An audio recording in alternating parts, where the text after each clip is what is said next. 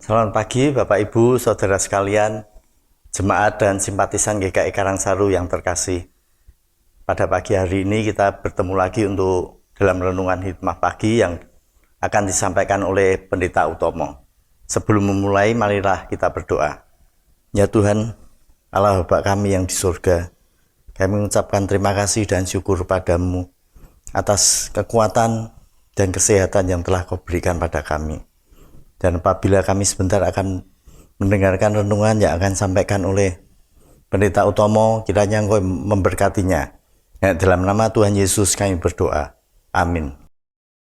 Renungan pagi ini dengan tema gagal secara arif dengan firman Tuhan 1 Yohanes 2 ayat 1. Anak-anakku, hal-hal ini kutuliskan kepada kamu, supaya kamu jangan berbuat dosa. Jika seorang berbuat dosa, kita mempunyai seorang pengantara pada Bapa, yaitu Yesus Kristus yang adil. Demikianlah firman Tuhan, syukur kepada Allah. Amin. Selamat pagi saudara-saudara yang dikasihi Tuhan. Charles Franklin Kettering lahir pada 29 Agustus 1876 dan meninggal dunia pada 25 November 1958. Terkadang ia dikenal sebagai Charles Frederick Kettering. Charles Kettering adalah seorang penemu, insinyur, pengusaha, dan pemegang 186 paten Amerika. Dia adalah pendiri Delco dan menjadi kepala penelitian di General Motors dari tahun 1920 hingga 1947. Charles Kettering menyarankan agar kita belajar untuk gagal secara arif. Ia berkata, saat Anda gagal, analisalah permasalahannya dan temukan jawabannya. Karena setiap kegagalan adalah satu langkah maju menuju puncak kesuksesan. Jika Anda takut gagal, Anda tidak akan pernah mencoba. Kettering memberikan 3 nasihat untuk mengubah kegagalan menjadi kesuksesan. Yang pertama, jujurlah dalam menghadapi kekalahan. Jangan berpura-pura sukses. Yang kedua, manfaatkan kegagalan kita. Jangan membuangnya begitu saja. Ambillah semua pelajaran dari kegagalan itu. Ketiga, jangan jadikan kegagalan sebagai alasan untuk tidak mencoba lagi. Nasihat bijak Kettering yang praktis itu mengandung makna yang dalam bagi orang-orang Kristen.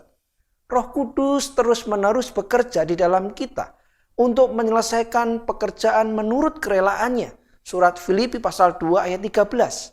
Jadi kita pun tahu bahwa kegagalan bukan akhir dari segalanya. Kita memang tidak dapat meminta kembali waktu yang hilang.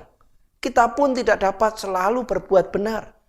Meski kita harus selalu mengusahakannya. Sebagian akibat dosa kita tidak dapat ditarik kembali. Namun kita masih dapat memulai lagi dari awal. Karena Yesus telah mati untuk menanggung segala dosa kita dan Dia adalah pengantara pada Bapa. Surat 1 Yohanes pasal 2 ayat 1. Tahu bagaimana harus mengambil hikmah dari kegagalan adalah kunci untuk terus bertumbuh dalam kasih karunia. Dan surat 1 Yohanes pasal 1 ayat 9 mengingatkan bahwa kita perlu mengaku dosa. Itulah langkah pertama untuk mengubah kegagalan menjadi kesuksesan.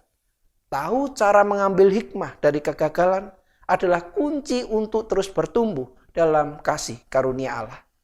Amin. Mari kita berdoa. Bapa yang baik, terima kasih Engkau mengingatkan kami hari ini untuk tidak berhenti mencoba, untuk tidak menyerah terhadap kegagalan. Tuhan, tolong kami supaya kami terus berkarya bagi kemuliaan nama Tuhan.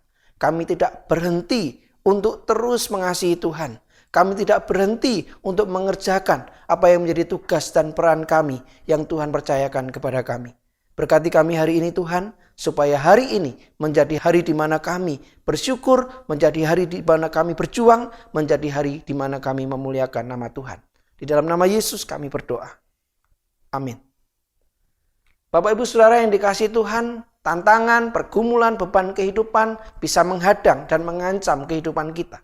Namun percayalah bahwa Tuhan selalu beserta dengan kita.